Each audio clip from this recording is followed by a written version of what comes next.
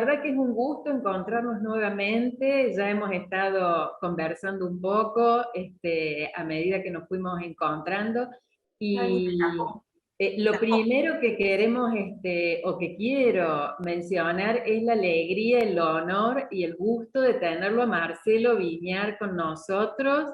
La verdad que es emocionante, un gusto que nos esté acompañando nuevamente en esta ronda, que como decía Mónica, no es una ronda más, sino que por el tema que vamos a tratar y por el que estamos transitando las violencias, no es una ronda más. Por ese motivo, Mónica Santolaya va a decir algunas palabras representando la institución a modo de apertura de esta ronda. Te escuchamos, Moni. Bueno, muchas gracias. Gracias, Marisa. Realmente la presencia de Marcelo dijo, los estoy acompañando.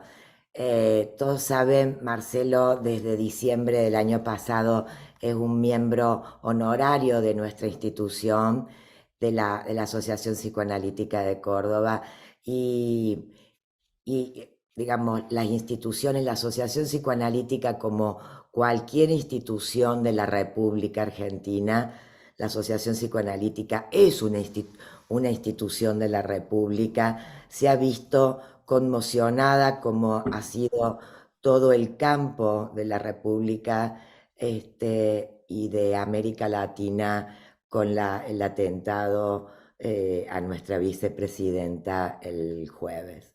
Más allá de las diferencias, de los lugares, de las ideologías, ninguna institución ninguna institución de la República puede quedar al margen de tomar una férrea posición en defensa de la paz, en defensa de nuestra convivencia y en defensa de nuestro sistema democrático que tanto nos costó conseguir.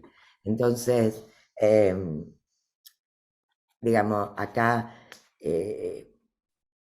es importante, ha habido un tema muy importante que era la apelación a las violencias, ¿sí? Que es un tema que se empieza a instalar en nuestra agenda. Esperemos que podamos tener alguna posibilidad de pensar, no sé si en esta ronda, pero claramente las convoco. Juliana y Analía son dos personas no solamente queridas, sino dos personas que trabajan todo el tiempo en esto. Entonces, bueno, era eso, no dejar pasar por alto que esta hoy no es una ronda más. Nada más, las escuchamos a nuestras invitadas y muchísimas gracias por estar hoy aquí con nosotros.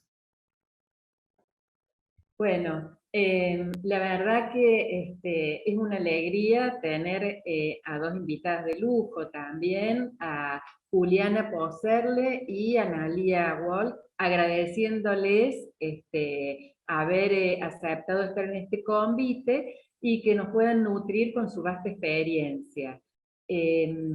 Antes de presentarlas, quiero contarles que nos acompaña Verónica Vigliano, quien va a estar a cargo del chat, y los invitamos a que puedan opinar, pedir la palabra, hacer comentarios, para que realmente pueda ser un diálogo fecundo.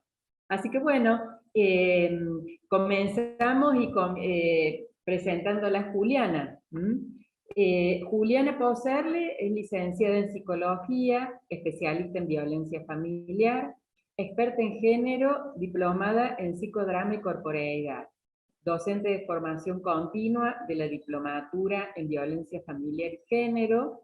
Se ha desempeñado en áreas de gobierno en temas de delitos de lesa humanidad y trata de personas.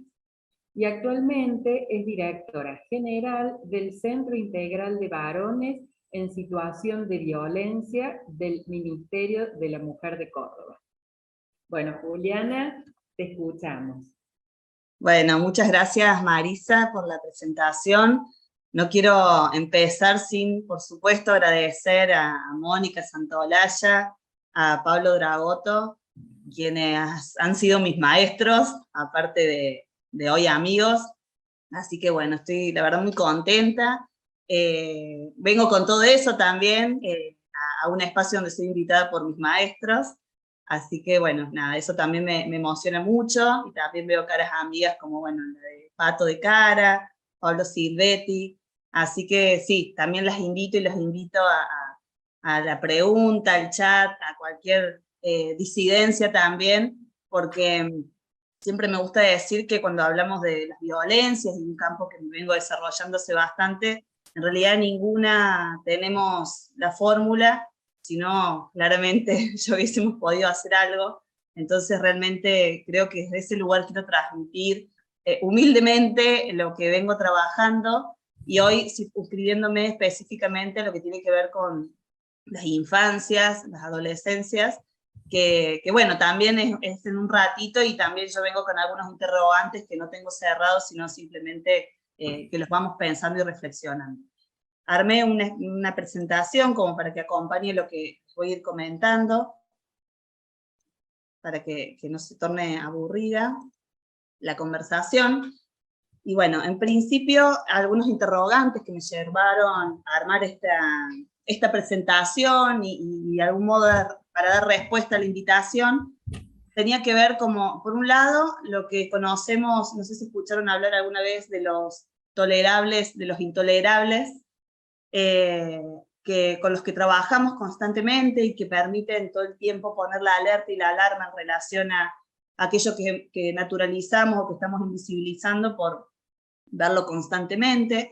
Y cuando digo verlo constantemente, no solo me refiero al espacio tal vez de consultorio de nuestras instituciones, sino también de la sociedad, donde llevamos algunas veces a naturalizar algunos episodios, o conmovernos mucho más con algunos episodios y no con otros. Quería comentarles, tal vez ustedes, bueno, claramente tienen mucha experiencia, por ahí no sé, tal vez algunos más en relación a este campo y otros menos, específicos de la atención o abordaje en violencia, pero no quería dejar de mencionar el primer caso de maltrato infantil que fue identificado y condenado, que data de los años 1874, cuando se identifica en Estados Unidos, y toma sentencia en 1974 recién.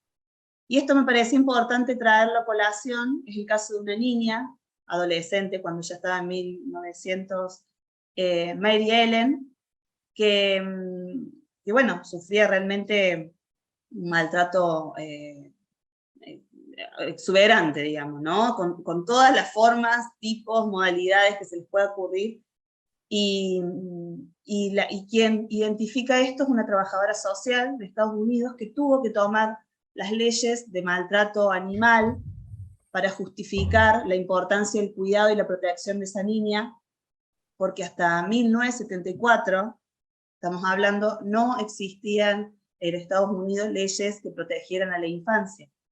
Ella se basa en lo que tiene que ver con considerar a Mary Ellen como parte de la evolución de la especie, tomando un poco lo que se toma en relación a Darwin y a la biología, o a considerar al ser humano como parte de este ecosistema biológico, y es así que logran llevar a la corte este caso de maltrato infantil, y bueno, esta trabajadora social adopta a esta niña, y bueno, muere a los 94 años con su familia constituida. Pero esto me parecía importante tomarlo, porque tiene que ver con la mirada en la infancia y con los dispositivos que tenemos, incluso más allá de lo que podemos pensar individualmente cada uno o cada una respecto a alguna situación particular. También otra cosa que nos venimos preguntando mucho quienes trabajamos con violencia de género, con violencia contra las mujeres, con aquellos varones que ejercen las violencias y también las reciben, si la violencia contra la infancia o contra las adolescencias es una de las formas de violencia de género, Hoy parece que el tema de violencia de género parece que fuese nuevo, parece que fuesen desarrollos novedosos, y que nuestro Estado, nuestro país lo está tomando con mucho empuje, pero en realidad ya en los 50 y los 70, quienes desarrollan o hacen los desarrollos, las feministas, en relación a la violencia de género, no solamente te entendía con violencia contra las mujeres, aunque se identifica primeramente desde ese espacio, empiezan a considerar que las violencias contra las infancias, los abusos contra la infancia y las adolescencias, es una forma de violencia de género porque responden a la cuestión del derecho de propiedad y el patriarcado, de algún modo, que es lo que responde a este sistema económico, social, cultural, que responde de algún modo al derecho de propiedad de la burguesía, y esos cuerpos infantiles, esos cuerpos adolescentes, consideraban ellas que son tomados también como parte del derecho a la tierra, a las mujeres, a los negros, etcétera, que constituyó a la ideología o al sistema del patriarcado. Entonces, también un poquito yo voy a comentar los tipos de violencia contra las infancias, ahí me faltó adolescencias, pero en realidad tengo algunas viñetas, y no quiero detenerme en la descripción que tiene que ver con lo físico, lo psicológico, lo económico, no sobre ese punto, sino con pensar algunas viñetas que he tenido la oportunidad con las que he tenido oportunidad de trabajar y que me han llegado a mí en mi institución donde estoy trabajando, que como decía Marisa, tiene que ver con el Ministerio de la Mujer y el abordaje de las violencias, y que me parece importante traerlas de ese lugar de lo fenomenológico o del caso en sí, porque en realidad nos llega eso, no nos llega el concepto. Y también tener en cuenta que, por lo menos desde el punto de vista donde yo lo estoy trabajando, y generalmente lo trabajo, tiene que ver con la ley de violencia familiar de la provincia de Córdoba, que es la 9283, que data del 2007, perdón, y bueno, la ley de protección de niñas, niños y adolescentes, que nuestro país adhiere con la reforma de la Constitución Nacional, pero que recién en 2015 toma forma con sus reglamentaciones. Una de las cosas que me parece importante pensar en esto que yo hablo de la violencia de género y circunscrita al ámbito familiar, que es con lo que más trabajo, y es lo que voy a transmitir especialmente, y porque aparte me parece que es lo más difícil de abordar. ¿En qué sentido? Tal vez si yo percibo alguna situación de maltrato o violencia contra un niño, por ejemplo, un abuso sexual tal vez de un docente a ese niño, el sistema de protección tiene más herramientas porque probablemente y seguramente nos encontramos con una familia protectora y podemos activar una serie de medidas de resguardo y protección y demás sobre ese niño, que sí, la situación se da al interior de la familia, donde las redes sociales de protección se nos hacen agua. Y a veces la cuestión de la justicia o las medidas judiciales, claramente son medidas administrativas muchas veces, aunque después haya algún circuito penal, y que no nos resuelven de fondo lo que es la realidad real, digo yo, que tiene que ver con otros fenómenos que van más allá de la letra escrita y de alguna orden o no que se pueda dar, ¿no? Y esto, bueno, ustedes lo saben más que nadie. Entonces me parece importante traer este escrito, que es de un informe que hacen de la línea 144, que es la línea nacional. Si bien yo voy a hablar más de la experiencia de Córdoba, pero bueno, me pareció importante mencionar esta cuestión a nivel nacional, que es una línea donde llegan consultas de todo el país. Y ellas dicen, ¿no?, que resulta preocupante que la gran mayoría de mujeres que se contactan con la línea reconocen encontrarse en una situación de violencia física, con un periodo de 1 a 5 años de frecuencia, y que se da en el ámbito doméstico, ¿no? En el 98% de los casos, dice, en esa situación de violencia hay presencia de niñas y niños, y la gran mayoría de los casos esas mujeres conviven con ese agresor, ¿no?, con quien es su agresor. Entonces en esto me parece importante mencionar algo que a ustedes por supuesto que lo van a ver como muy importante, que tiene que ver con lo que es la violencia ambiental y la violencia psicológica, que creo yo, y de acuerdo a mi experiencia, es la más grave, porque, bueno, hay una invisibilización ahí. Entiendo que Analia ha trabajado mucho con la cuestión de las violencias invisibles contra las infancias y adolescencias, y que me parece que es el punto y lo más difícil de abordar, y es ahí donde a veces no sabemos qué hacer, no sabemos si denunciamos o no denunciamos, avisamos o no avisamos, ¿no? Más allá, quiero decir, de lo que pueda decir la legislación, y que por supuesto que la respetamos y respondamos en consecuencia, pero muchas veces estos otros interrogantes en relación a qué va a pasar con esa niña, ese niño, ese adolescente a partir de una denuncia o de mi comunicación, es muchas veces lo que nos preocupa. Pero cuando hay violencia invisible, también se dan otros fenómenos que nos hacen interrogarnos, ¿no? Si tiene que ver con violencia o con qué tiene que ver, ¿no? Yo acá, bueno, puse un poco esto de la fundamentación de lo que les estoy comentando en relación a esto de lo invisible, la importancia de poner el foco en lo que tiene que ver con la violencia psicológica. Y bueno, un poco digo por qué sostenemos, o por qué sostenemos, yo hablo de lo institucional, pero también por qué sostengo la afirmación, y un poco tiene que ver con algunas viñetas que yo traje, y que en algunos casos uno las puede circunscribir a algún concepto, ¿no? Es mucho más que ese concepto que yo pongo de reproducción de estereotipo y pensamiento mágico, pero y bueno, que nos permite ver que cuando hay identificado una violencia, se desprenden muchos otros aspectos, y que no sé si estamos capacitados las instituciones para abordar.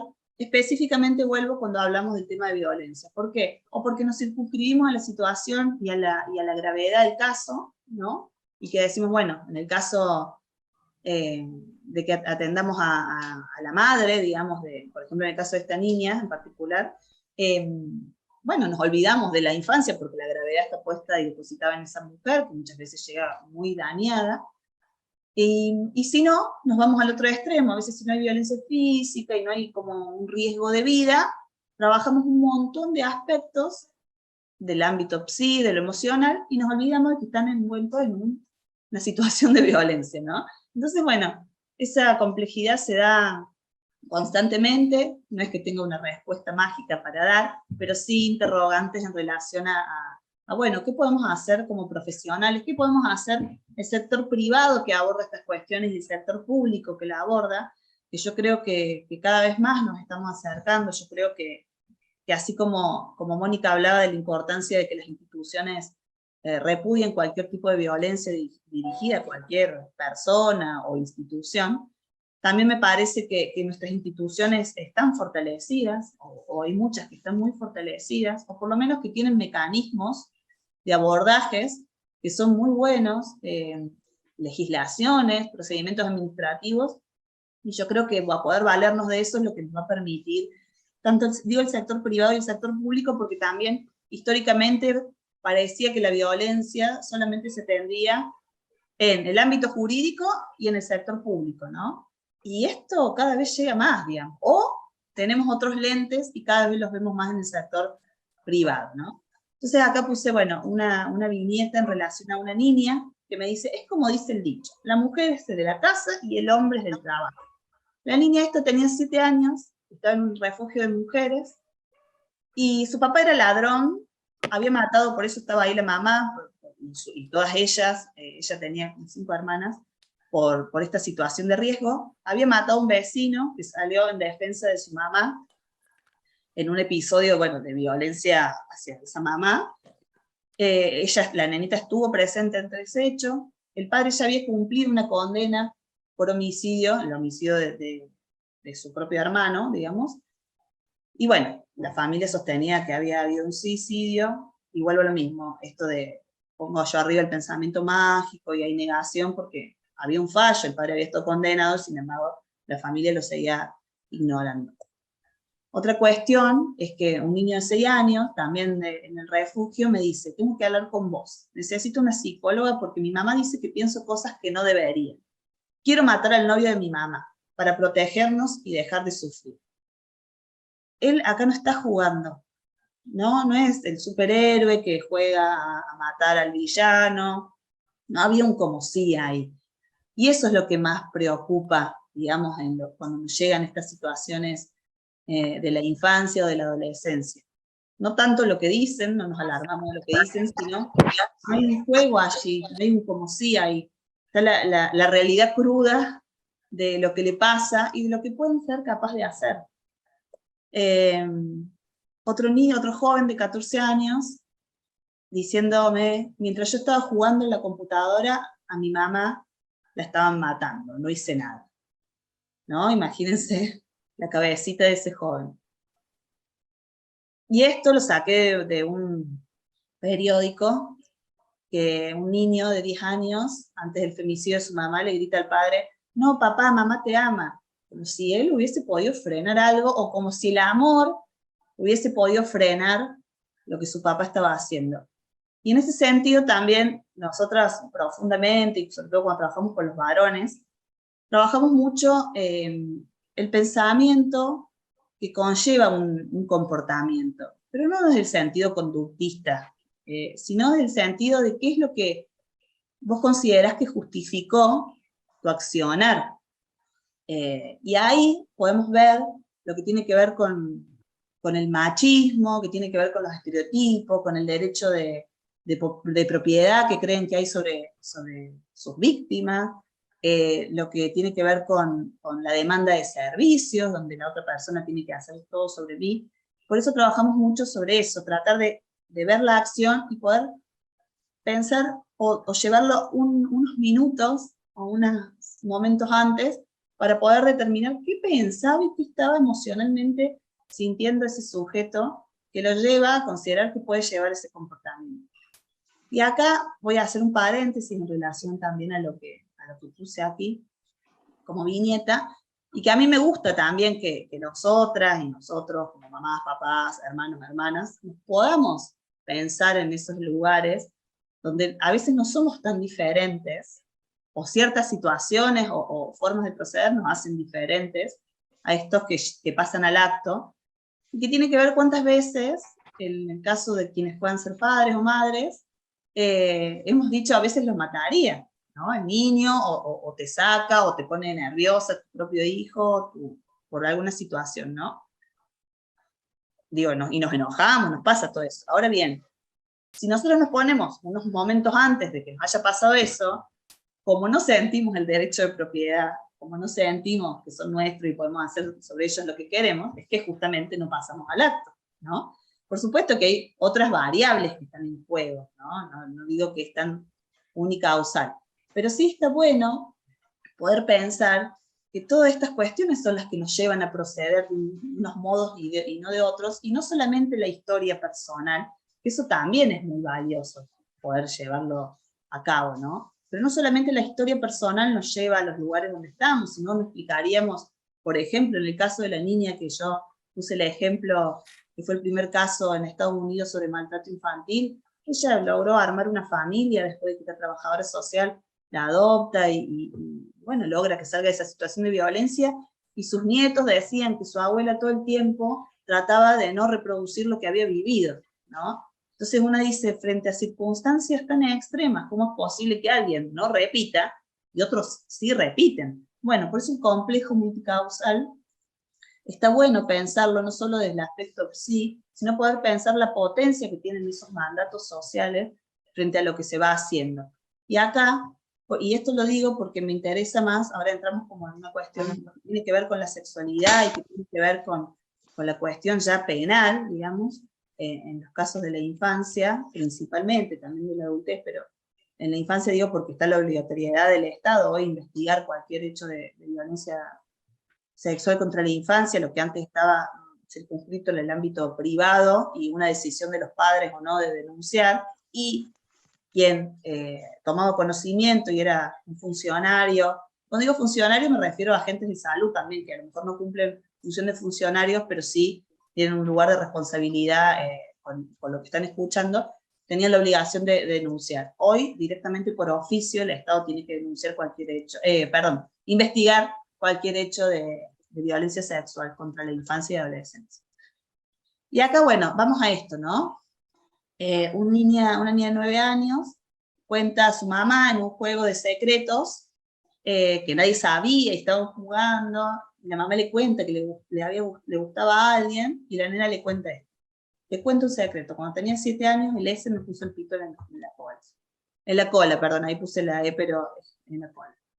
Ella tenía 7 años y su hermano tenía 12 en ese momento. El S, digamos, que claramente no es ese el nombre. Una consulta de una mamá, porque el niño también de 12 penetra a su hermana de 9. Y ella dice, vengo para frenar la carrera de violador de mi hijo. Entonces ahí decimos, ¿hay violencia ahí? ¿Es un juego sexual? Otros casos, y estos que llegan más en caso de los varones, que llegan para ser abordados, la justicia los manda porque han ejercido violencia, y dice, me denunció la justicia porque estábamos en la calle y yo llevaba a la bebé de 2 años a Cocochito acá en los brazos y se me cayó.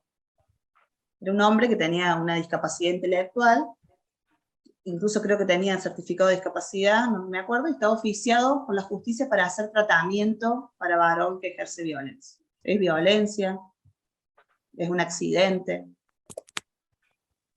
La dejé afuera porque si no, no iba a poder entrar al grupo. Y me hace bien, no estoy bien. O sea, el grupo le hace bien, él no está bien. Necesito venir, se me desmorona todo.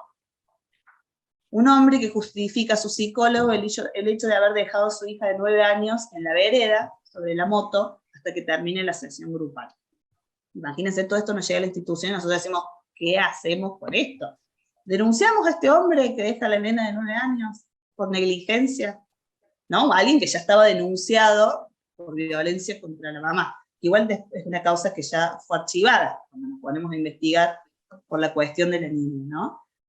Este varón que se le cae en la calle a su hijita de 2 años, es un varón que ejerce violencia, ¿no? Por supuesto son viñetas y recortes, pero entonces algunos conceptos con los que a nosotros nos gusta trabajar y que nos interesa mucho tomar lo que dicen las grandes referentes y autoras en relación a la temática, ¿no? Y está el desvalimiento, que tiene que ver con una carencia de ayuda, una falta de auxilio, ¿no? Que de algún modo es de una situación externa, ¿sí? Que no cuidó, que no está ahí pudiendo dar borde a ese, por ejemplo, en el caso de la infancia, adolescente, ¿no? Y la vulnerabilidad es la capacidad disminuida para anticiparse. Pero acá a mí me interesa hacer una diferenciación, y qué es lo que dice Susana Chiarotti. Cuando ellas las querían poner, cuando pelearon por incorporarse en los tratados de derechos humanos a las mujeres, ¿no? Y discapacidad y demás, había representantes de las distintas instituciones o grupos, ¿no? Que decían, en realidad las mujeres no son vulnerables. Ahora bien, si vos te escondes atrás de una esquina y me estás esperando para violarme, vos me estás haciendo vulnerable a mí. Entonces nos preguntamos, ¿no? En ese lugar, ¿no? Donde discutían que a las mujeres no las pongan como grupos vulnerables, a la discapacidad decían, no nos pongan como grupos vulnerables, a las etnias, no nos pongan como grupos vulnerables, porque nos están vulnerando, nosotros no tenemos nada de vulnerable. Y dice, y de los niños y las niñas no había nadie que los representara como para decir, no nos pongan en los grupos vulnerables, ¿no? Es interesante poner en tensión esto, como también el adultocentrismo, bueno, la cuestión esta del machismo en nuestras culturas, ¿no? Varones legislando, como también fueron orientando los sectores donde nos vamos ubicando y cómo, a veces sin darnos cuenta, reproducimos, ¿no? La infancia vulnerable, el desvalimiento, ¿no? Yo lo estoy hablando en esta cuestión de cómo se entrecruza lo legal, ¿no? En relación a la violencia, incluso cómo se nos cruza y nos penetra en relación a nuestros propios conceptos cuando trabajamos desde las subjetividades, ¿no? Y es muy interesante, Susana Chiarotti es abogada, ella, bueno, es defensora de los derechos de las mujeres y es consultora en organismos internacionales, actualmente es parte del mecanismo de seguimiento de la CEDAW, que es la convención internacional que tienen las mujeres para su protección contra las violencias. Y bueno, es interesante lo que ella nos plantea en relación a esto, como también es interesante lo que nos planteaba una tanatóloga sobre el concepto de víctima, ¿no? Nosotras, psicólogas, siempre, ¿viste? no es que hablamos, no sé, cómo se identifica la mujer, o hablamos de situación de violencia, porque hablar de víctima, podemos llegar a correr el riesgo de ontologizar esa postura. Y ella dice, pero es que reconocerse víctima de un delito o de una violencia también arbitra o activa un montón de derechos que le están siendo negados, ¿no? Entonces, en ese interjuego es interesante poder pensar, ¿no?, nuestros conceptos con todo lo que eso implica, y también nos dejan reculando, porque decimos, insistimos con la palabra víctima, ¿qué riesgos corremos con la palabra víctima? Ahora, si no se reconoce como víctima, sobre todo nos pasa en la violencia familiar, no se reconocen como víctima, entonces no podemos activar mecanismos de protección, ¿no? Y me dice, y pero si la ubico en ese lugar, la pasivizo, y pero si no se ubica ahí, entonces no activa el mecanismo de protección, porque no hay conciencia de riesgo.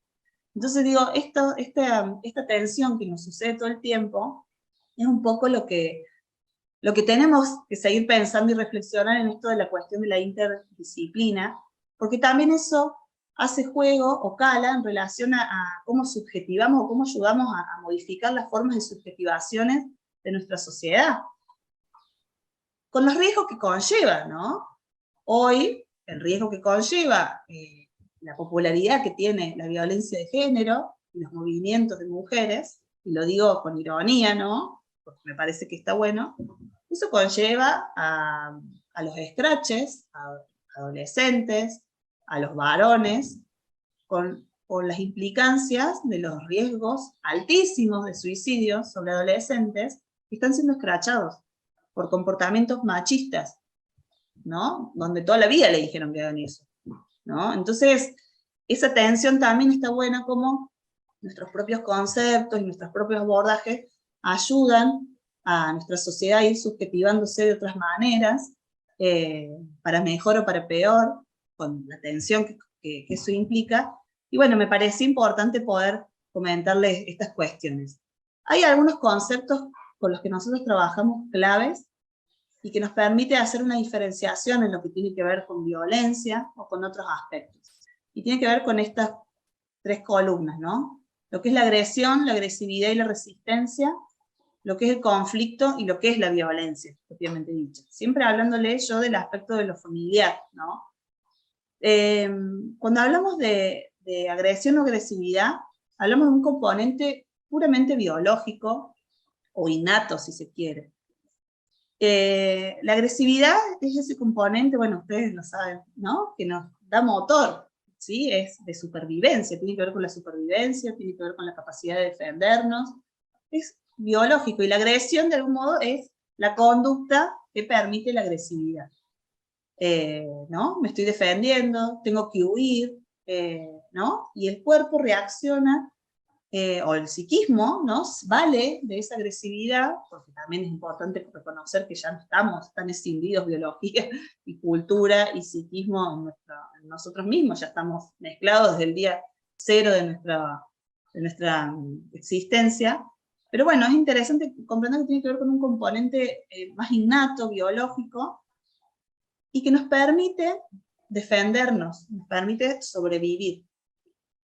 Y la resistencia, que se relaciona mucho con eso, es justamente un concepto que nos permite entender ese comportamiento de defensa, aunque parezca algo, bueno, no sé, un tiro a alguien, digamos, pegarle un tiro a alguien, ¿no? Esa resistencia a lo que viene del lado exterior. Ahora bien, el conflicto tiene que ver con un... Uma ¿sí? questão no No, pensé que me preguntaban. El conflicto tiene que ver con un juego estratégico entre libertades. A veces nosotros nos llegan en los oficios judiciales conflictiva familiar, conflicto, ¿no? Y uno empieza a dilucidar, bueno, hay relación de igualdad ahí, realmente hay un juego estratégico de libertades ahí que puja o tensiona por un lugar, por una cosa, ¿no? Conflicto no es violencia, y es súper necesario el conflicto, digamos. Y la violencia ya implica un abuso de poder, donde hay una jerarquía real o simbólica, donde el objetivo es obtener el beneficio o correr al otro, a otra, o lo que se me está poniendo al frente, que me impide llegar a mi objetivo.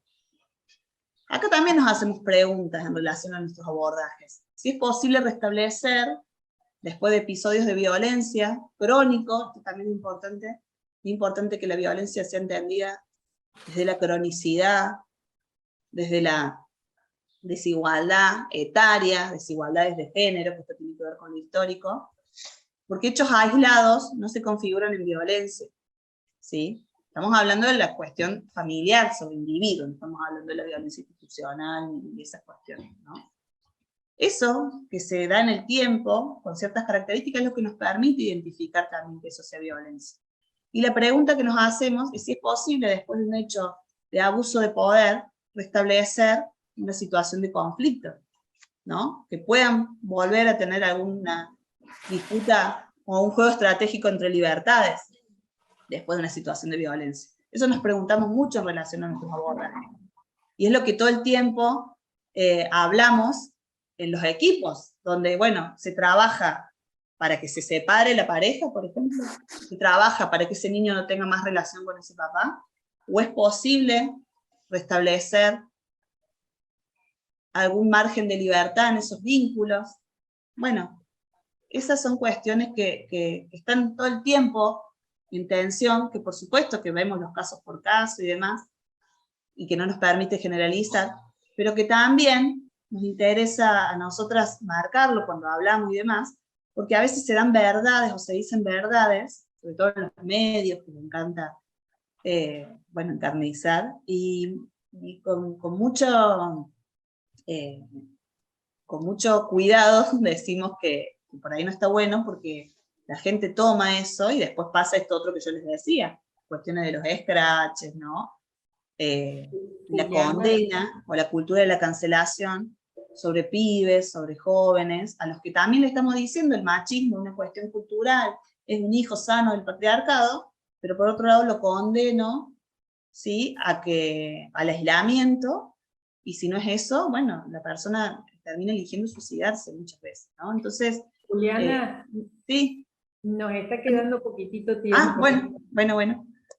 Acá, bueno, esto es lo que dije igual recién. Esto es lo que yo nombré al comienzo en relación a las legislaciones, en relación a lo que tiene que ver con el infanticidio tolerado en un comienzo, el modelo de educación de Sarmiento, que de algún modo impone una figura para la infancia, entendido ya como alguien de la cultura, como recién en 1919 se crea la ley de patronato de menores, donde se intenta acabar con la pobreza de esos niños, sobre todo de la calle, y cómo el gobierno militar de 1976 retrotrae estas leyes y vuelve a la cuestión de la potestad parental y los niños como propiedad de sus padres.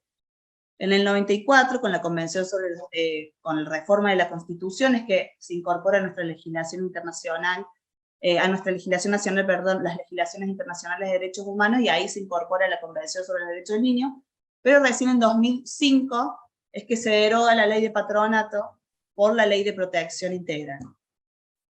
Esto es para cerrar, y que son preguntas que tengo, que las fui haciendo, y que tiene que ver también con el poco tiempo que tienen los niños pensados como sujetos de derechos, y que tiene que ver con esto que les decía. ¿Realmente los niños son vulnerables o los vulnerabilizamos? ¿Sobre qué mandatos o leyes estamos construyendo las subjetividades en relación a los mandatos de masculinidad de los niños? Esto de los niños utilizando a sus hermanas, y que se da muchísimo a sus hermanas o primas para debutar. Esta cuestión que yo les decía, la tensión entre la denuncia y las implicancias que tiene la denuncia, y por eso puse el caso de estos dos varones sobre las situaciones puntuales de sus niñas, ¿no? Y bueno, ¿qué pasa con la cuestión de los conceptos, ¿no? De infancia y género, cuando intervenimos, ¿no? En donde también, si yo trabajo con un niño que abusa de su hermana, y pongo en la balanza el concepto de infancia sobre el de género, de algún modo trabajo con ese niño varón, ¿sí? Pero a esa niña mujer le estoy de algún modo desestimando lo que pasó, ¿no? y a su vez sobre esa niña mujer recae la condena de su hermano, porque esto también tiene que ver con nuestra cultura de la reparación, ¿no? Donde de algún modo la magnitud del impacto que tiene la víctima, o de esa magnitud, depende muchas veces de la condena. Entonces esa niña, si no enloquece, no muestra características locas, entonces parece que el efecto no fue tanto, y aparte tampoco es que la golpeó para violarla, ¿no?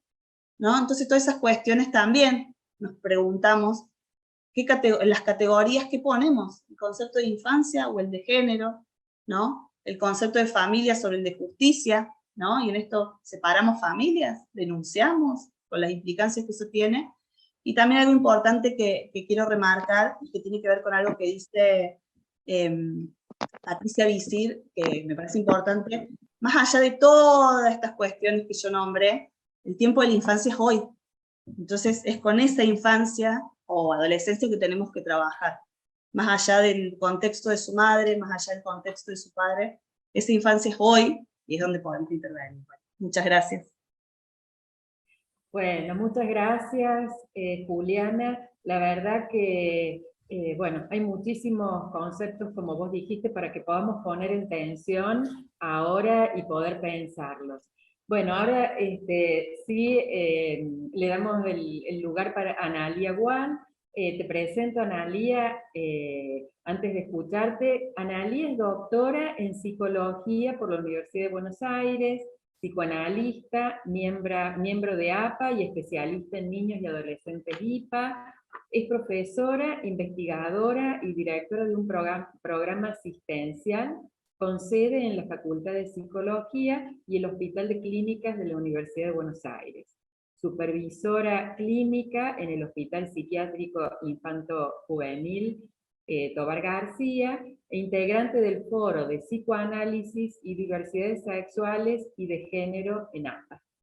Bueno, bienvenida, Analía, te escuchamos.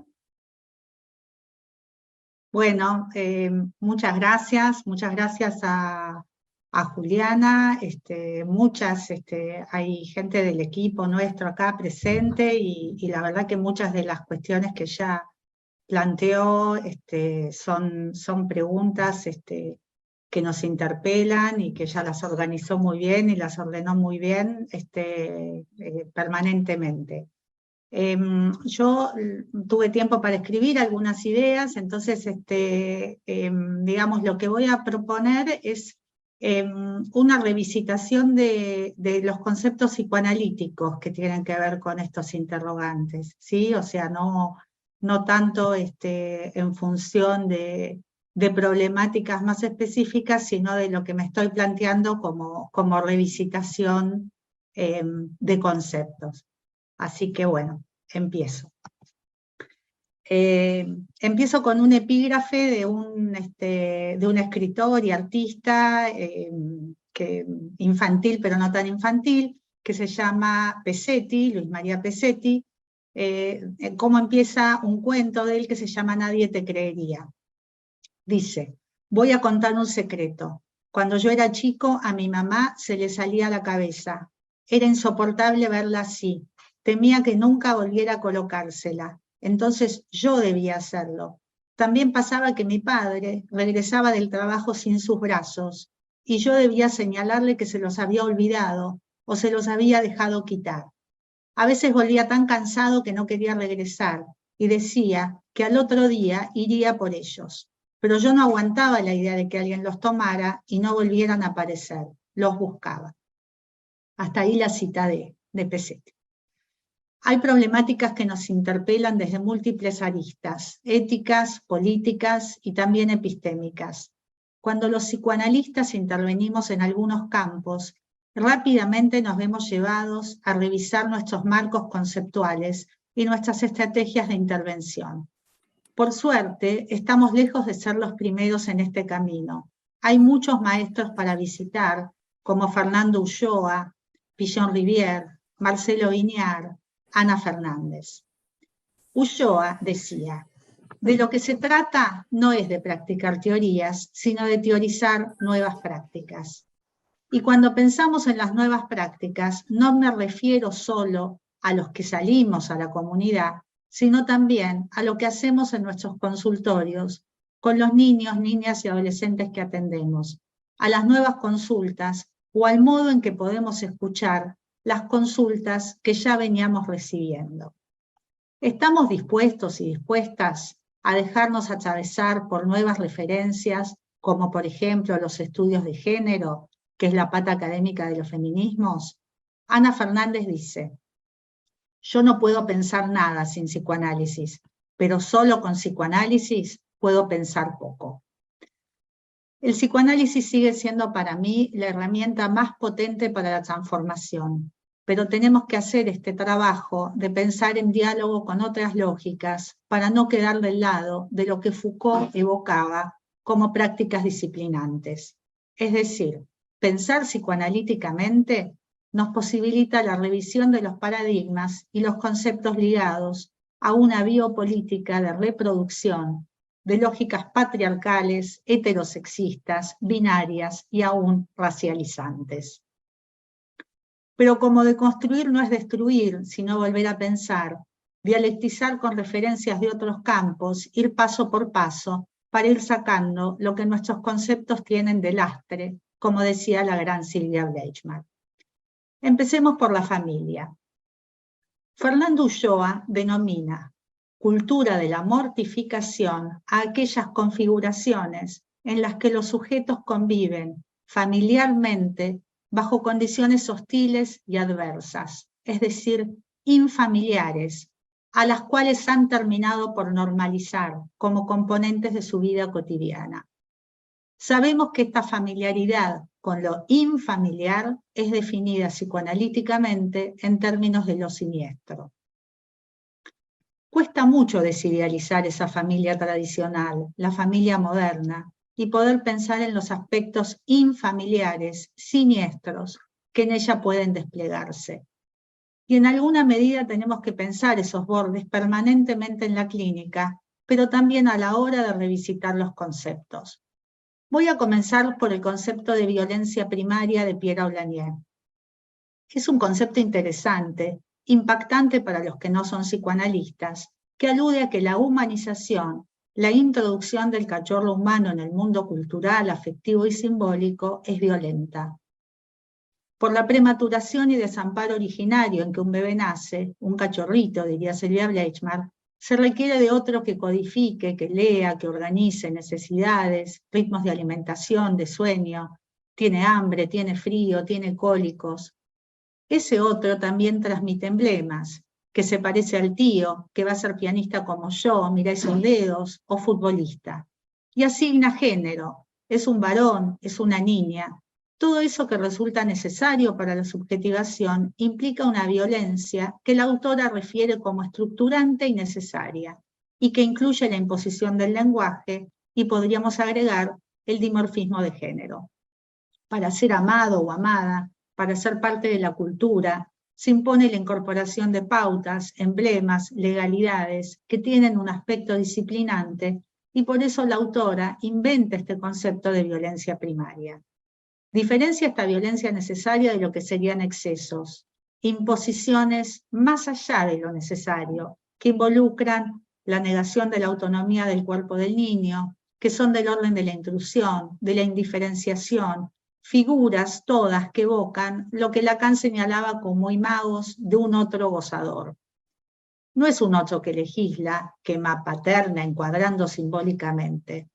Vemos ya lo difícil de estas barreras, de estos bordes, de lo problemático de situar ese exceso. Eso que Juliana decía de los tolerables y los intolerables. Laplanche enfatiza en este proceso de humanización por parte del adulto los aspectos sexuales. En los cuidados, a través del código de apego, el adulto no lo sabe, pero implanta la sexualidad en el cuerpo del bebé. Cuando el adulto dice te voy a comer esa colita, hay un código de ternura que tiene una base sexual. De nuevo, ese baño de caricias y palabras es necesario para que en el bebé se configure una boca amorosa que quiera comer y sonreír y besar, una boca erógena y no un agujero.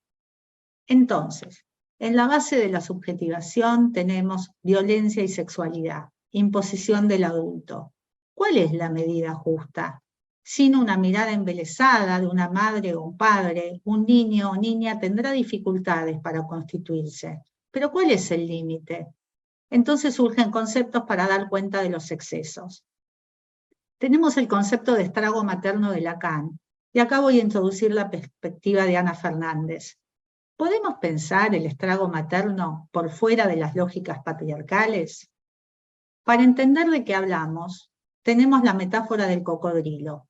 El estrago materno se produce cuando falta el palito en la boca del cocodrilo, cuando la función paterna no opera separando esa madre de ese bebé, y aparece la idea del deseo materno como capricho. El niño queda en esa boca donde falta el palito. Ana Fernández nos invita a pensar que esas mujeres que depositan toda forma de realización en sus hijos responden a una lógica de diferencias desigualadas en el mundo social, en la relación con sus compañeros, y encuentran en la maternidad un modo culturalmente sostenido e idealizado de encontrar un sentido para sus vidas.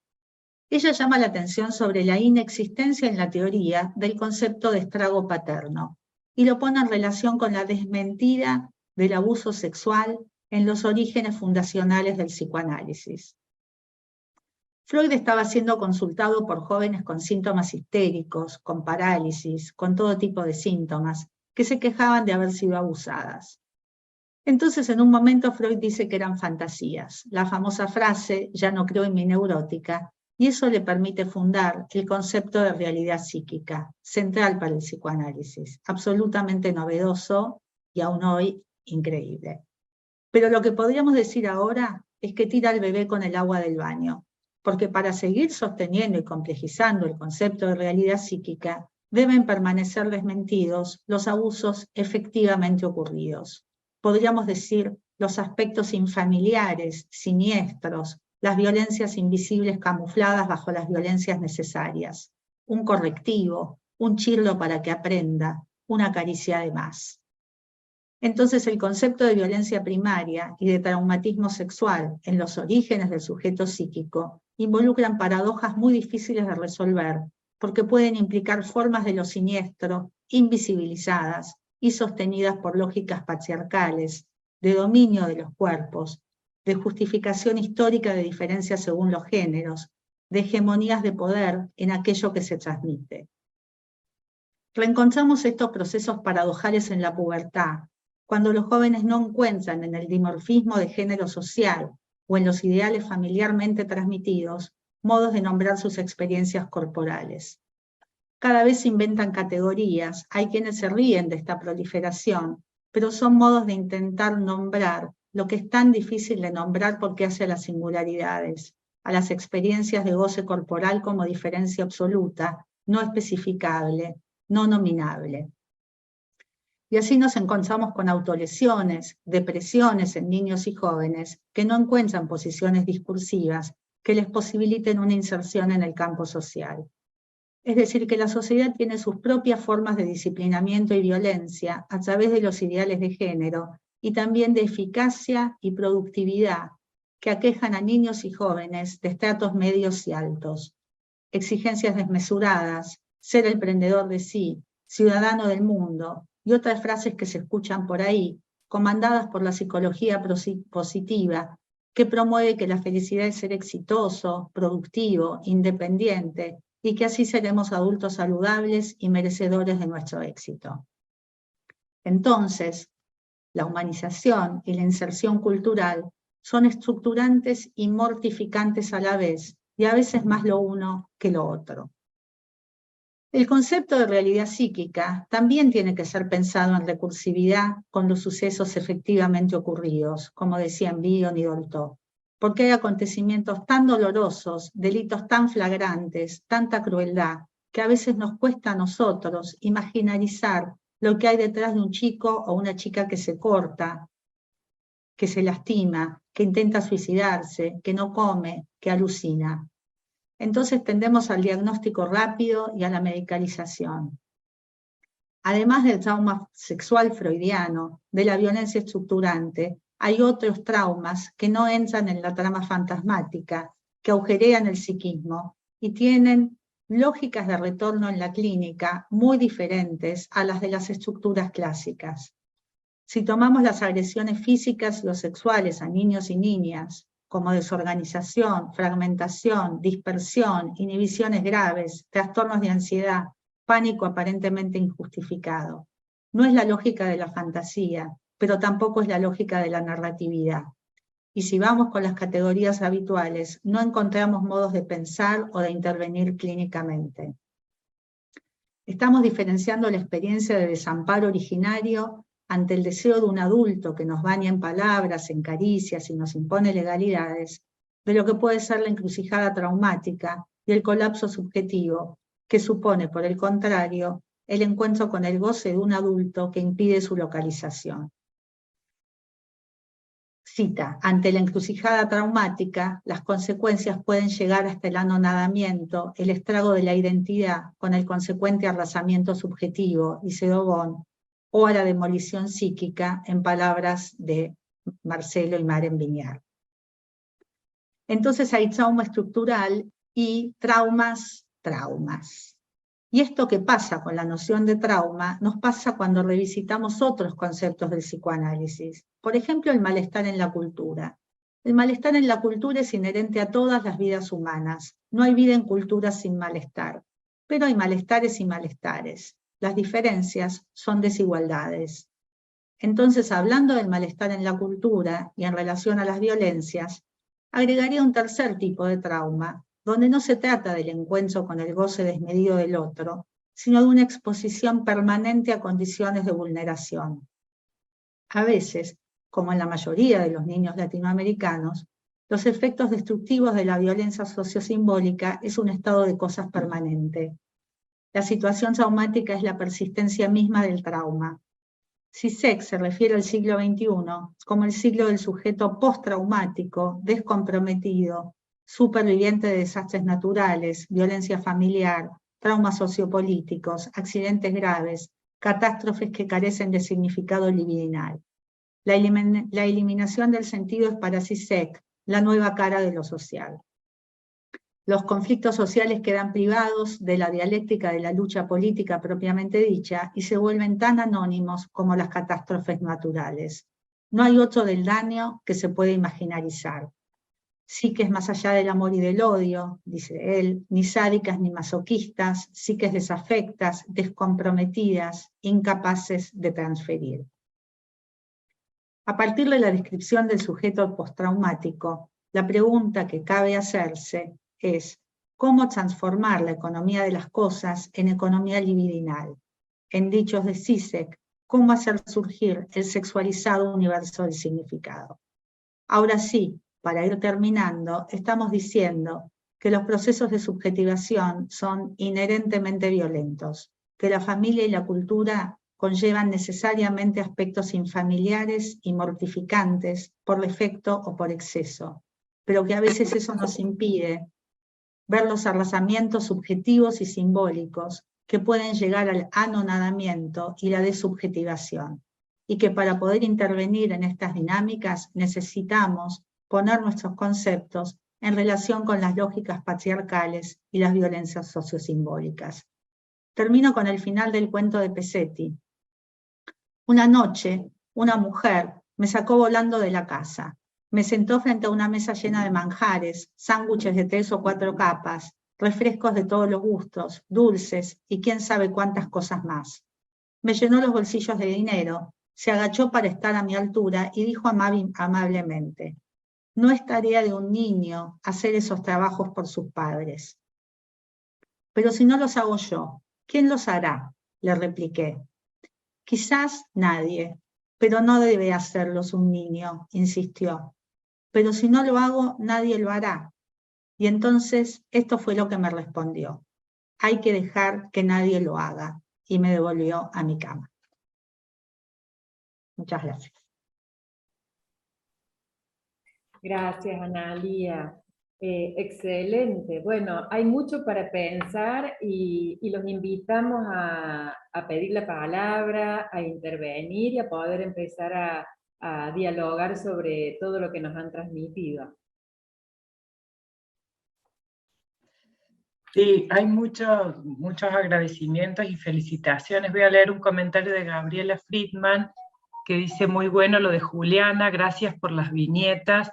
Qué importante, Ani, volver a poner sobre la mesa y permitirse repensarlos en una nueva contextualización. Viejos, nuevos conceptos en otras realidades. Felicitaciones, Ani, muy innovador tu pensamiento. Y Mónica Santolaya pidió la palabra.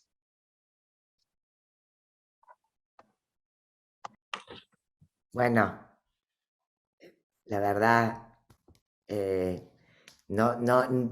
ido separando algunas preguntas para hacerle tanto a Juliana como a Analía, buenísimas las dos, dos perspectivas muy fuertes, con preguntas muy fuertes cada una, ¿no? Voy a, apenas como para empezar el debate, me parece que Juliana va trayendo algo sumamente importante. Yo le iba escuchando a Julián y pensaba, bueno, nuestro país ha ido generando un Estado de Derecho para poder de alguna manera vernoslas con espacios que diferencien el conflicto de estas violencias, porque recién después Analía tomaba lo de las violencias primarias, pero también la posibilidad de diferenciar y no justificar en las violencias primarias todo tipo de violencia. Y me parece que hay un tema que yo querría que pudiéramos discutir y poner sobre la mesa en función también del momento político que atravesamos, que es la exposición permanente, ¿sí? Los discursos violentos, la exposición permanente en la que estamos hoy sometidos, y digamos, esta exposición a violencias sociosimbólicas de las que forman parte no solamente los adultos, sino de la cual los niños están siendo también espectadores de alguna manera. Y esto, ¿cómo lo piensan? Porque durante mucho tiempo hubo como un acuerdo con los medios de comunicación de no difundir los suicidios adolescentes, digamos, y hay como mucha bibliografía al respecto en relación a los efectos miméticos que tienen los suicidios y que tienen estas violencias. Pero pareciera ser que hoy todos esos códigos de cuidado y de pensar en los efectos miméticos, los hemos perdido en el camino. Entonces, ¿cómo repensar esta exposición a la que estamos todos, pero está sometido un mundo infantil donde desde las redes, desde la televisión, desde los memes, hay una apelación permanente a la destrucción del otro. ¿Qué lugar tiene el Estado? ¿Cómo pensarían ustedes qué lugar tiene el Estado? Porque el Estado ha ido generando mecanismos para poder, digamos, ponerle un tope. Sabemos que esos mecanismos nunca son perfectos, pero el Estado tiene alguna función en esto. Bueno, nada más que para empezar la discusión. Gracias.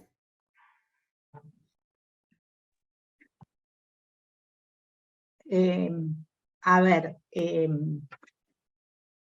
yo pienso que con Juliana nos complementamos mucho al plantear las dificultades y las tensiones, y que aún cuando desde el Estado hubo un avance muy importante en temas de derechos y en temas de tipificación de qué es vulneración,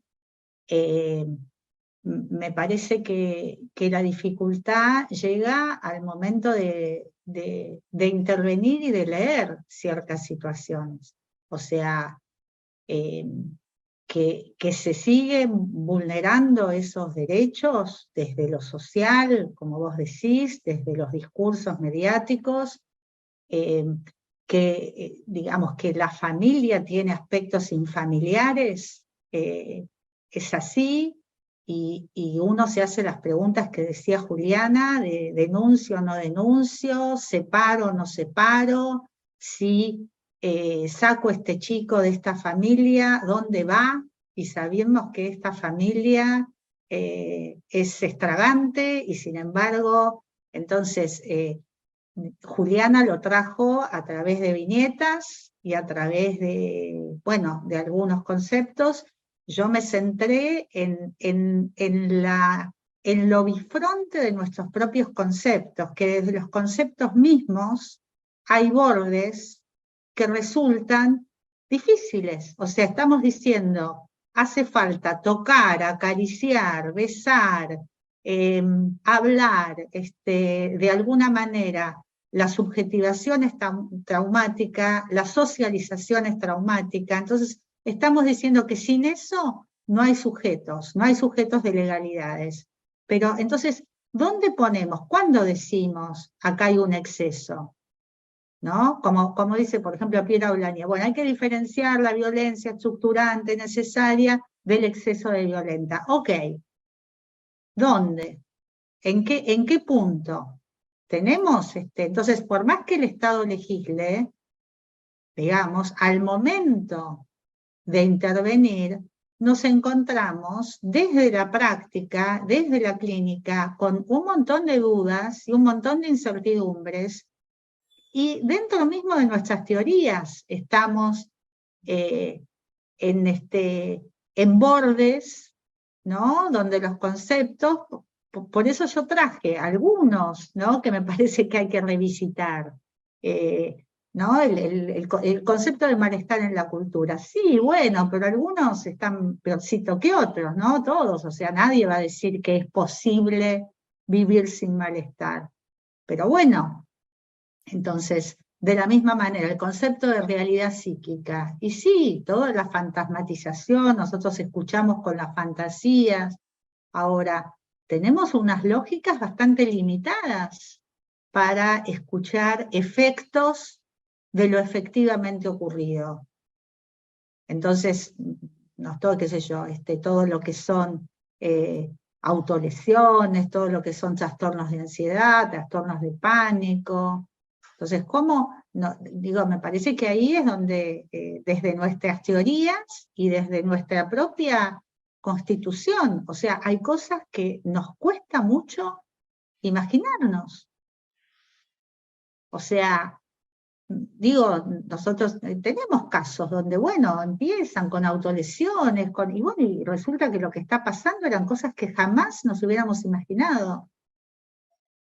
Entonces, me parece que hay algo que tiene que ver con el Estado, y hay algo que yo felicito y me parece imprescindible, así como me parece imprescindible la ley de identidad de género. Digo, el acceso a derechos siempre es bienvenido.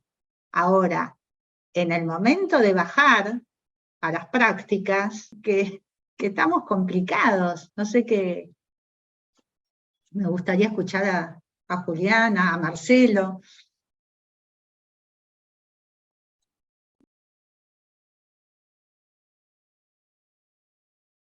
Cosita corta, la verdad que dijiste todo lo que yo hubiese querido decir, Analia. Yo te escuchaba, Mónica, y en realidad siempre voy a la cuestión de la paradoja misma de la vida, ¿no?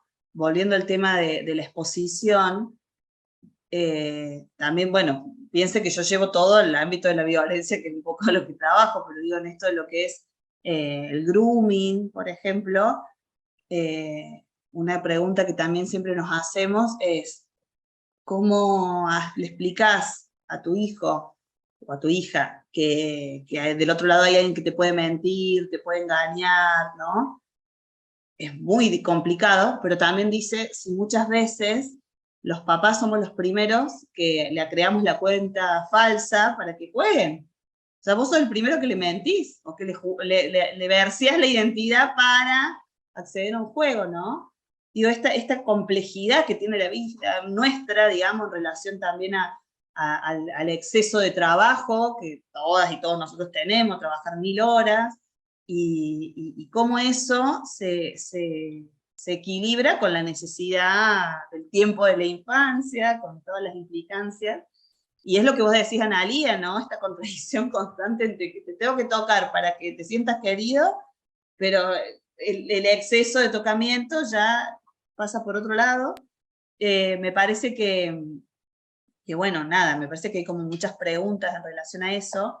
Hoy por ahí, uno que se cree más o menos dentro de la normalidad, y lo pongo con comillas, pero digo, un tiempo anterior, cuando yo era chica, la relación padre-hijo era una relación bastante más fría, digamos, y estaba bien que sea así.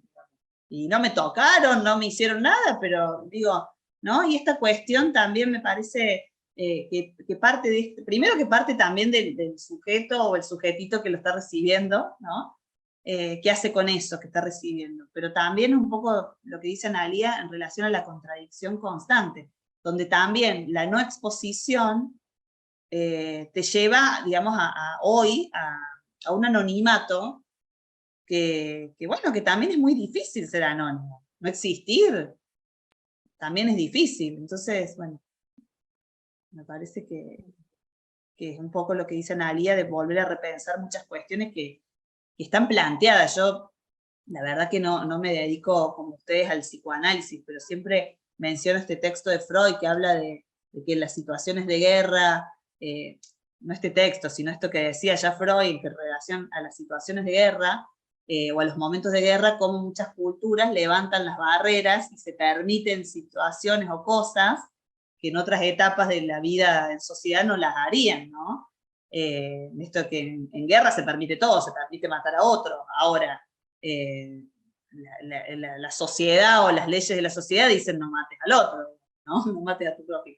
Entonces, eso es súper interesante para pensar la contradicción en los mandatos. Esto yo que le decía en relación principalmente a la violencia sexual, donde vos a un niño le estás diciendo, o a la niña, ¿no? Que si tenés novia, que si tenés novio, que si tenés una sexualidad o para ser canchero o para existir, o tenés que hacer esto, tener un montón de mujeres, tenés que tener erección, ¿no? Y a las mujeres alguien tiene que gustar de vos, te tienen que decir que sos linda.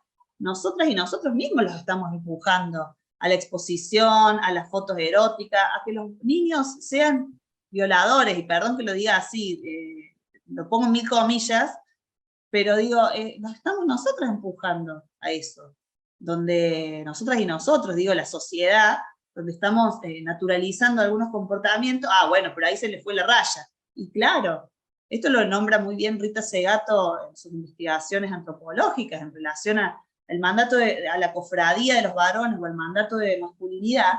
Digamos, vos dentro de esa cofradía también tenés como los distintos líderes o liderazgos, los distintos niveles en relación bueno, al grupo, ¿no? Los roles que cumple cada uno, donde uno es el líder que le exige al otro que lleve determinada conducta o comportamiento para existir, para ser parte, para ser ganador, y hay otro que pasa al acto, y es el que efectivamente viola, es el que efectivamente mata, ¿no?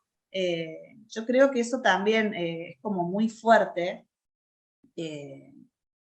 o si no, te pasas al otro extremo, que esto que yo decía, en relación al escrache, donde entonces no permitimos nada, escrachamos a todo, y bueno, la cultura de la cancelación, matemos a todos, digamos. Es como bastante complejo poder, pensar a lo mejor una sola línea, ¿no? O una explicación.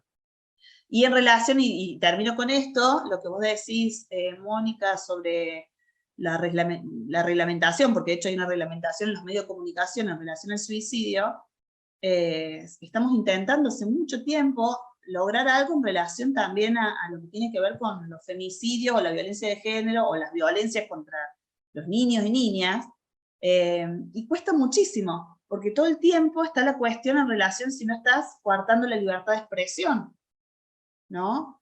Nosotros desde el ministerio, y esto ya sí, más una cuestión institucional, estamos promoviendo investigaciones, o con los académicos, los intelectuales, nos den argumentos para nosotros decir, no te lo estoy diciendo yo, te lo está diciendo esta investigación, te lo está diciendo este equipo científico, digamos, ¿no?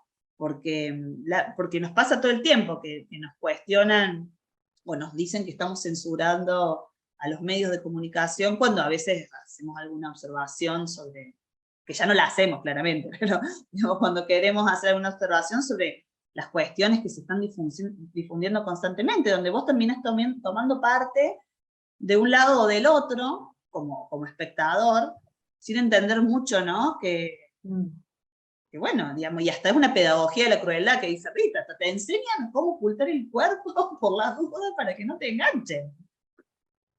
Es como heavy. Totalmente, que lo hemos discutido con vos, Juliana, cuando de alguna manera nos solicitan como psicoanalistas que opinemos, no sé, de cómo se violó a un bebé, por ejemplo, por radio. Es como, digamos, revisar esto de las exposiciones. Y es cierto que hay como un mandato de imposible, digamos, ir contra la libertad, pero cuáles los límites de la libertad, y ahí vamos a lo que planteaba Analía, que me pareció buenísimo, porque tuve la impresión, Analía, que vos decías, bueno, a ver, hay un borde entre la violencia y el exceso, pero ese borde tampoco es un borde de una vez y para siempre, sino que es un borde que es una línea divisoria, una frontera, que también va mutando con los tiempos y con las épocas. Y que además involucra aspectos culturales. Totalmente. Prácticas culturales, ¿no? Totalmente. Prácticas no hay que hacen a mundos simbólicos también, ¿no? Exactamente, que no es que esa línea divisoria va a ser la misma en el siglo XIX, en el XX o en el siglo XXIII. Esa línea divisoria va cambiando. Entonces, pero me parece que en función de los efectos, también repensar esta línea divisoria, que la naturalización y los excesos sean categorías repensables, ¿sí? De una manera, revisables permanentemente. Acá Pablo preguntaba, Sí, Pablo Dragotto preguntaba respecto a los efectos en él, la analista, ante la irrupción de estas violencias y lo siniestro en la situación clínica, en particular respecto del manejo de la transferencia y la contratransferencia. Sí, yo acá haría, me parece muy interesante la pregunta, y ahí a mí me parece que es interesante pensar la diferencia entre las violencias visibles y las violencias invisibilizadas. Digamos, cuando aparece en la situación clínica, esto me ha tocado sobre todo en ámbitos institucionales, ¿no es cierto? Que se develan situaciones de violencia o de abuso o de, digamos, con agresiones sexuales. Ahí, digamos, yo me identifico mucho con todo lo que presentó Juliana acerca de que la dificultad en la contratransferencia, por suerte nosotros tenemos un equipo y podemos discutir estas cuestiones, pero me parece que bueno, que las preguntas muchas veces que nos hacemos tienen que ver con eso, con tenemos una obligación, tratamos de pensar qué es lo mejor desde nuestro humilde parecer para ese niño, para esa niña. A veces cuando la situación no es tan burda, intentamos trabajar algunas cuestiones clínicamente, a ver si es posible, Pero bueno, digamos, la contratransferencia me parece que tiene mucho más que ver con qué hacemos y cómo hacemos, ¿no? O en esta figura extraña que es el interés superior del niño, ¿no? ¿Cuál sería, ¿no?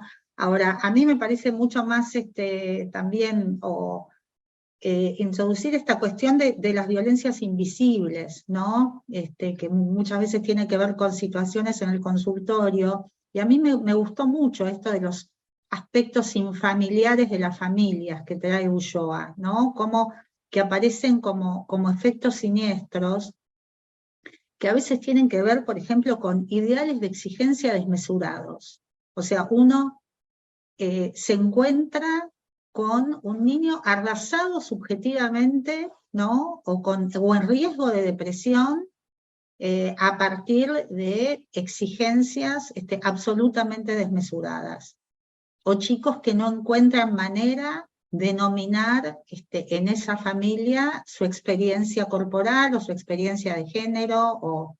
Entonces ahí tenemos violencias mucho menos visibles y mucho más, a mi modo de ver, difíciles de instrumentar en la contratransferencia, sobre todo a veces con las familias y con los padres, porque implica cuestionamientos de sus propios patrones de subjetivación, ¿no es cierto? O sea, ¿por qué vos me vas a decir que no es importante que estudie, que tenga buenas notas, que aplique a las universidades ¿no? Entonces digo, ahí me parece que hay como un punto y donde nosotros también, ¿no? Tenemos que incorporar ciertas cuestiones sociales, ¿no?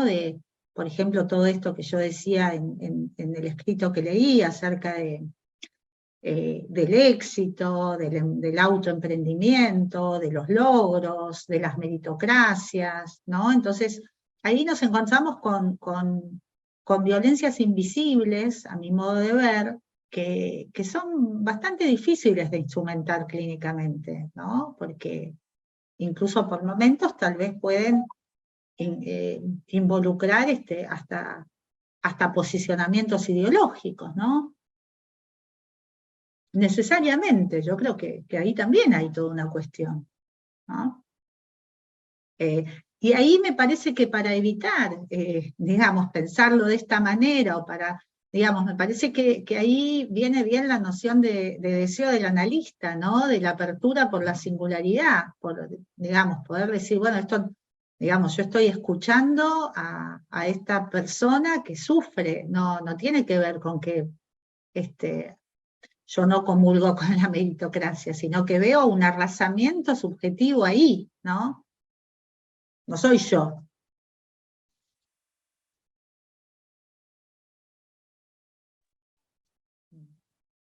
Bueno, hay muchos agradecimientos y yo quería preguntarle si Marcelo tenía ganas de comentar algo.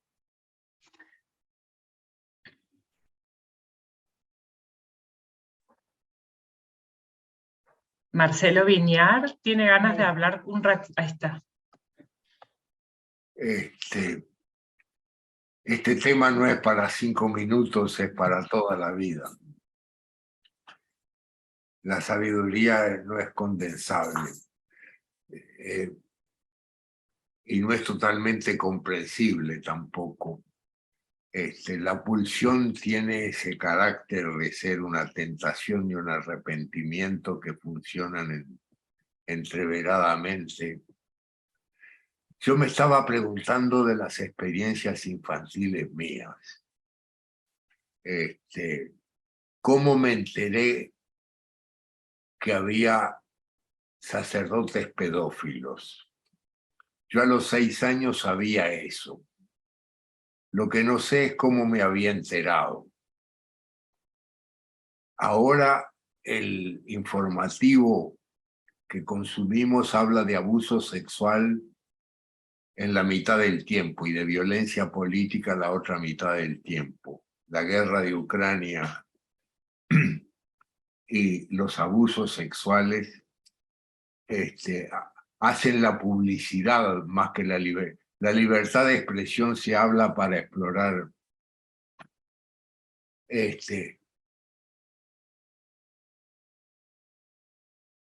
yo diría que primero que la noción de trauma no está en el acto, sino en lo que se hace con el acto. La noción freudiana de traumatismo psíquico requiere dos tiempos: lo que ocurre como acto, que es materia de la familia, de la escuela, de la justicia,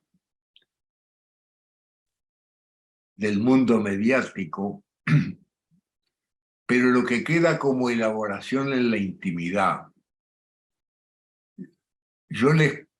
Si me quedo con algo de hoy escuchándolas a las dos oradoras en su erudición y en su conocimiento, es cómo de sexualidad infantil todos tenemos una herencia, todos sabemos que es un zócalo de nuestra personalidad, aunque no lo podamos formular, lo sabemos. Son experiencias inolvidables, son experiencias imborrables a lo largo de toda la vida. Eso me lleva a pensar 50 o 80 años después en la teoría de la seducción generalizada de Jean Laplanche, o sobre todo en el artículo de Freud de Pegan a un niño, del cual Ethel Persson hizo un libro que daba a pensar el Pegan a un niño como un texto, yo no me acuerdo de qué año es en Freud, pero hay una edición de la IPA que vale la pena. Lo que retengo de ese libro es cómo el niño busca, es activo en la búsqueda del traumatismo. Que la economía sadomasoquista, que después se expande en otras áreas, tiene un eco ineludible.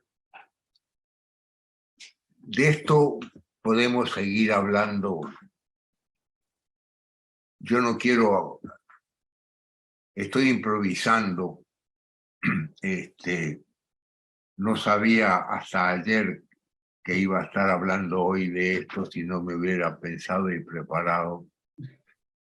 Pero las experiencias con la sexualidad infantil tienen algo de atractivo y algo de abyecto simultáneamente, en una combinatoria ineludible, y además son secretos, hasta para nosotros mismos. Y la invención del psicoanálisis es sacar ese secreto a una simple relación. La distancia entre la realidad material y la realidad psíquica es un gran capítulo, como decía Analía, es un gran capítulo de experiencia freudiana. Entonces, cuando evocamos la infancia, donde se funda el erotismo infantil como zócalo de la personalidad, no sabemos cuánto es acontecido y cuánto es inventado. Y es bueno que sepamos esta incompletud de nuestro saber en esta materia y que estemos a trabajar con el misterio. Por eso, el escenario, en el trabajo de Juliana están todos los crímenes que se cometen con los niños, pero ninguno de los que estamos acá hemos conocido esos crímenes. Yo siempre digo que cuando yo pienso en las palizas que recibí de mi padre en mi infancia, como un tiempo y de una época, tengo mucha gratitud de cómo eso diseñó mi persona. Y me da miedo que en la libertad sexual que caracteriza al siglo XXI no interrogue nada de la prohibición porque es de mal gusto interrogar la prohibición. Pero sin vale todo, se pierde algo de lo sagrado, de lo maravilloso que es la experiencia erótica fundacional. Me voy a callar porque si no voy a hablar hasta mediodía. Y Muchas gracias. que irnos. Muchas gracias. Hay muchos agradecimientos y saludos. Y Pablo Silvetti hace un ratito pidió la palabra. No sé, Pablo, si querés compartir tu comentario.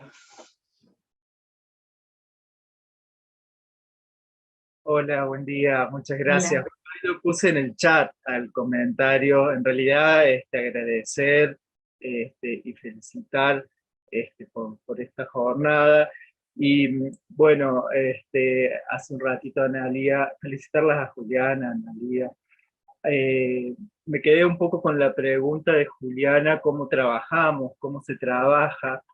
Hace un ratito Analía traía también la noción de deseo del analista, como también cómo no intervenir desde el fantasma propio, ¿no? Y a mí me rondaba en la exposición la pregunta de qué neutralidad es posible cuando trabajamos, cuando intervenimos. En la Mesa Argentina de Analistas de Información, que se hizo hace poco en Córdoba, se trajo un ejemplo de una mujer que llegaba con marcas y moretones y no hablaba de esto en consultorio. Entonces yo me preguntaba si nuestra escucha es distinta cuando trabajamos como analistas en un consultorio y cuando intentamos trabajar en una institución pública, por ejemplo, como trabaja Juliana, orientados desde el psicoanálisis. Me parece que vuelve este tema de qué se hace con la realidad objetiva, ¿sí? Con los hechos, cómo se interviene con eso y cómo se interviene con las fantasías, ¿no? Siempre, como lo traía también Marcelo, siempre en ese enigma ahí, y cómo se construyen intervenciones con eso desde nuestra neutralidad analítica. Me parece que el tema de la violencia nos pone un poco en jaque en ese tema.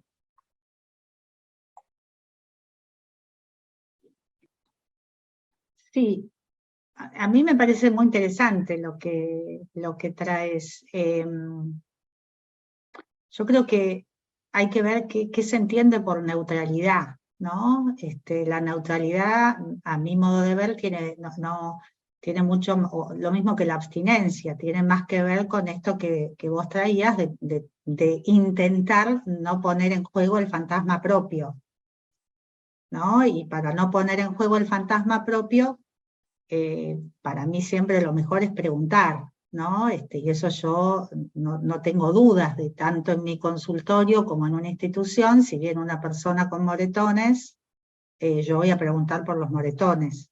Entonces, digo, esto, y sí, es una posición dentro de lo que es el psicoanálisis, ¿no es cierto? O sea, es una posición en relación a que yo soy sujeto de contrato social y trabajo con sujetos de contrato social con inconsciente. No trabajo con, como decía Bleichmar, espiritualidades deseantes. Yo trabajo con personas que son sujetos sociales, sujetos de contrato, y yo también soy sujeto de contrato. Entonces, si viene una persona golpeada, yo voy a preguntar por esos golpes, ¿no? Entonces, me parece que eso no, a mi modo de ver, no tiene tanto que ver con la neutralidad o con la abstinencia, y que la neutralidad justamente pasa por tratar de no poner en juego los fantasmas propios. Entiendo, yo creo que lo que trajo Marcelo también es muy importante, porque me parece que el problema es que nuestros conceptos no son fáciles, los conceptos de psico. O sea, digo, la la conflictividad es inherente a los conceptos, o sea, nuestra sexualidad no es una sexualidad simple, la sexualidad en psicoanálisis. O sea, por eso me parece muy interesante que Marcelo trajo Pegan a un niño, ¿no? Porque lo que pasa es que eso nos lleva a plantearnos cómo intervenimos, ¿no? O sea,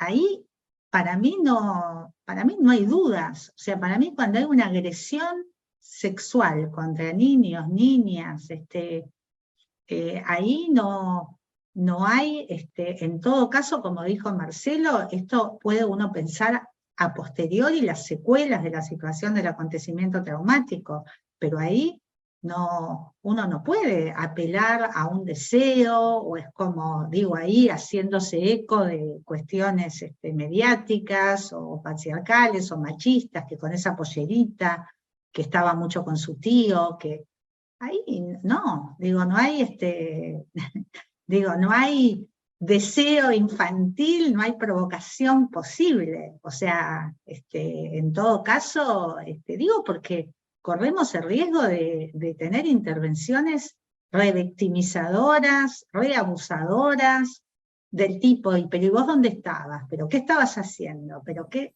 No hay lugar. O sea, entonces, esto, digamos, si entra en una trama fantasmática, es a posteriori, ¿no es cierto? O sea, aún habiendo alguna cuestión de seducción de una niña o un niño hacia un adulto, nunca hay una incitación a una violación. Nunca.